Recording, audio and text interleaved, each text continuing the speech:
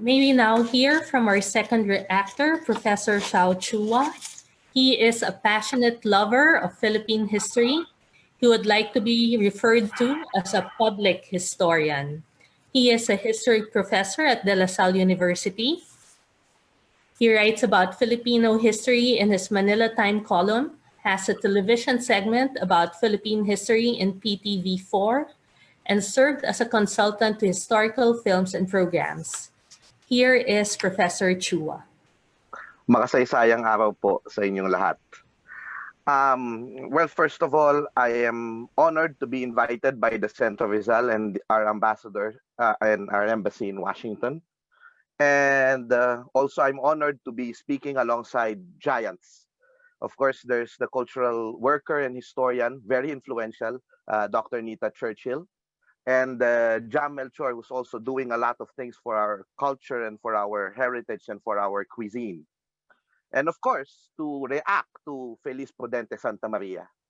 When I was young, there's a in Excelsis book, coffee table book in the library of our school. And I always dreamed of having that book. It was expensive at that time. It was the Philippine Centennial. I was a provinciano and I did not dream of not only owning the book, but also of being friends and correspondent with Ma'am Felice Santa Maria. It's one of the joys that I had in my life. And I thank her for the many conversations where I learned a lot. And we're talking about her works in food history. She always tells me that her approach to food history includes Filipinos' efforts to keep food on the table. And she said, the fight against hunger is fundamental to individual and societal security. That is when I realized that her approach to food history, people talked about a lot, talked before about Rizal and food. But what I was realizing was that Felice not only put it into a higher level, which is basically making a whole life of Rizal and food, a biography of Rizal and what he felt and what he experienced based on what he ate that are documented. But also he was looking at food and human rights. How Rizal fought for human rights, although not explicitly saying, for Filipinos to have food on the table. And I would like to remind everyone that the concept of human rights in the Philippines is not just about political rights and civil rights, the right to vote, the right to freedom of speech, of information, of due process, but also of having food. And that's what Andres Bonifacio fought for. Kaginhawaan. Human rights should lead to kaginhawaan.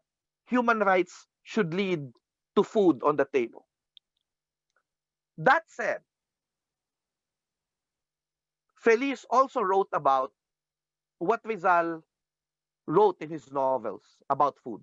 If he was describing food in the Noli Me Tangere or the El Filibusterismo, it was as if you will get a sense that Rizal probably knew how to cook. He loved to consume food, but maybe loves to prepare them too because he was so detailed with all the ingredients of the food. And maybe that's one reason why he was charming to those that lived with him in the houses in Europe. That's why the girls probably had a crush on him because he also knew how to prepare food. We don't know. But what I can tell you is this. When I was having a conversation about food history with Vic Torres, the historian, Ige Ramos, another food historian, Ige Ramos, and Jam Melchor. Jam has been hosting all these talks about food history. We realized that Rizal was actually using food descriptions and use them to highlight human rights issues and also to highlight colonialism and how it should, it should end. Let me just give you to end. Let me give you two. I will read two excerpts that Felice excerpted from her book that Rizal wrote in the Noli Me Tangere. There was uh, the dinner at Capitan Tiago's house, the very first part of the Noli Me Tangere, and Rizal was describing how Padre Damaso and Padre Sibila wanted to be on the end of the table because he was showing that, when you're at the end of the table, you have the power. Rizal was already establishing through dinner setup who was in power or who will be in power in the novel. And then, of course, Padre Damaso was so disappointed that Padre Sibila took the chair and sat. And then in the Noli Me Tangere, it said, a great steaming tureen now made its appearance. The Dominican, Padre Sibila, being at the head of the table, served out the contents after murmuring grace with scarcely an amen from the rest. Whether by oversight or otherwise, Padre Damaso's portion turned out to be composed of a lot of squash and broth, with barely a chicken neck and wing, while his fellow guests were eating chicken legs and chicken breasts. And Ibarra had the luck of drawing the giblets. The Franciscan, seeing this, smashed the squash violently, took a spoonful of broth, and then loudly dropped his spoon and pushed his plate away. So by describing how, Padre Damaso received a very bad food from the setup, and his pettiness, he did not get what he wanted and what he thought he deserved. It showed the pettiness of philocracy and how they were so used to being so opulent. He repeats this, and this is the last excerpt, in the way Sisa was preparing food for Crispin and Basilio. In the chapter 16 of the Noli, Sisa sat on a wooden bench watching, a handful of twigs burning in her stove, a primitive tripod of raw rocks on which a little rice pot was cooking. On the coals were 3 dried sardines of the kind that were then sold 3 for 2 coppers. It's the night before All Souls Day, November 2. She expects her 2 sons who live in the parish on days they work there for Padre Sibila to return home. She lives for her children and is looking forward to their reunion. Imagine she was described as poor, but she had food. Because at that time, poverty was not really the problem of the Philippines in late 19th century colonial Philippines. It was inequality. That was the issue of the people. They had food. The poor had food. They had a house and lot, kubo.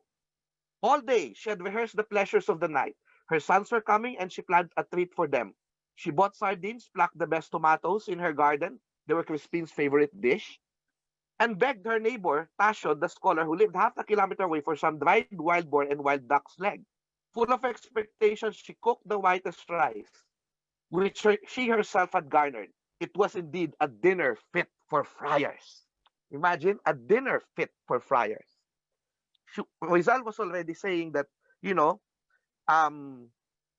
there's a dinner for friars and there's a dinner. We can only, in a way, imagine how the friars ate, and that is just, one special dinner for the kids. But what happens? Pedro the Sabungero, the cockfighter, comes in, is the husband of Sisa, out of nowhere, and eats all that food. And Rizal was saying something against, and Pedro did not do anything about that. I mean, he did not give the money for that, but he ate it. And he was already talking about misogyny and the macho culture, even in the Noli Me Tangere, and he was condemning it.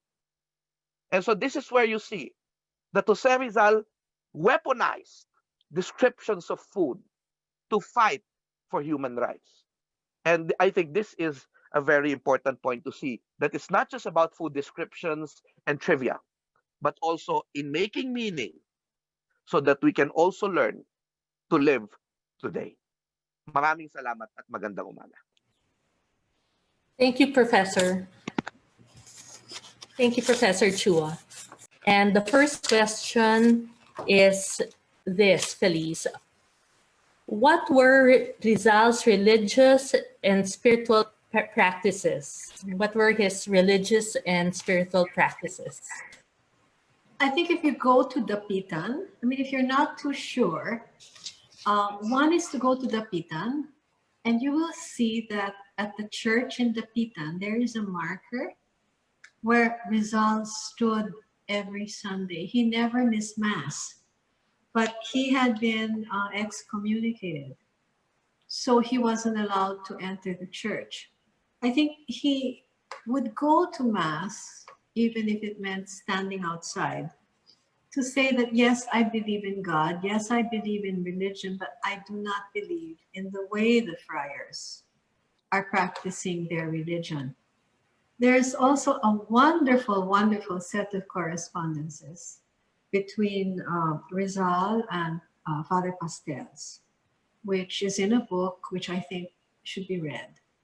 Because then you can sense not just the religion, but the spirituality that was giving Rizal I think, the strength to ride the wave, even if it was going to crash.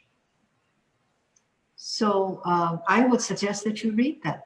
Yes, he was very spiritual. Yes, he believed in religion, but did he believe in the way the religion was being practiced in the Philippines? He did not. Thank you, Felice. May I add? Is that okay? Sure. Just a few.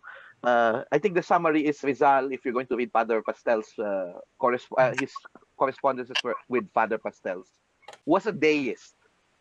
There's one interpretation that he was a deist. And what is deism?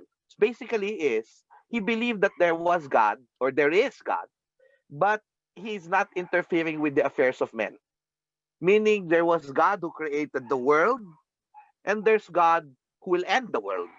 But in between, it is man who decides for his fate. God doesn't interfere. And that's why that's their explanation of man having a free will. So yes, he believed in God.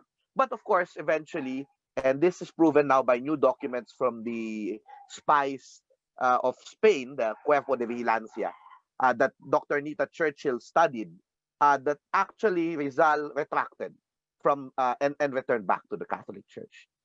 One day before his death. He signed the retraction. But whether he was sincere about it or not, we do not know. Thank you, Professor Chua. So thanks to the presenters. Dr. Chua, thanks for your linkage of human rights with Rizal, the rather creative way you did it. Just a few words. I'd like to just thank everyone for participating in this great event, most especially our biographer, Ms. Felice Santa Maria. Thank you very much. And our friend, Dr. Nita Churchill also, and Professor Xiao Chua, and Chef Jam Melchor for being the reactors. But I'll tell you, I'm very hungry now because all that food really made me want to eat. So, but anyway, it was great, and I really appreciate it very much. And I'd like to congratulate Ms. Darell from our embassy for having such a great organization that you organized this beautifully. And I look forward to seeing all of you in person, hopefully soon. So again, thank you very much to all of you. And this was a great evening. And I look forward to actually having to taste some of that food, that especially what Jose Rizal ate. Thank you again. And good night, good morning to some people in Manila, and good afternoon to our friends in the West Coast. Thank you.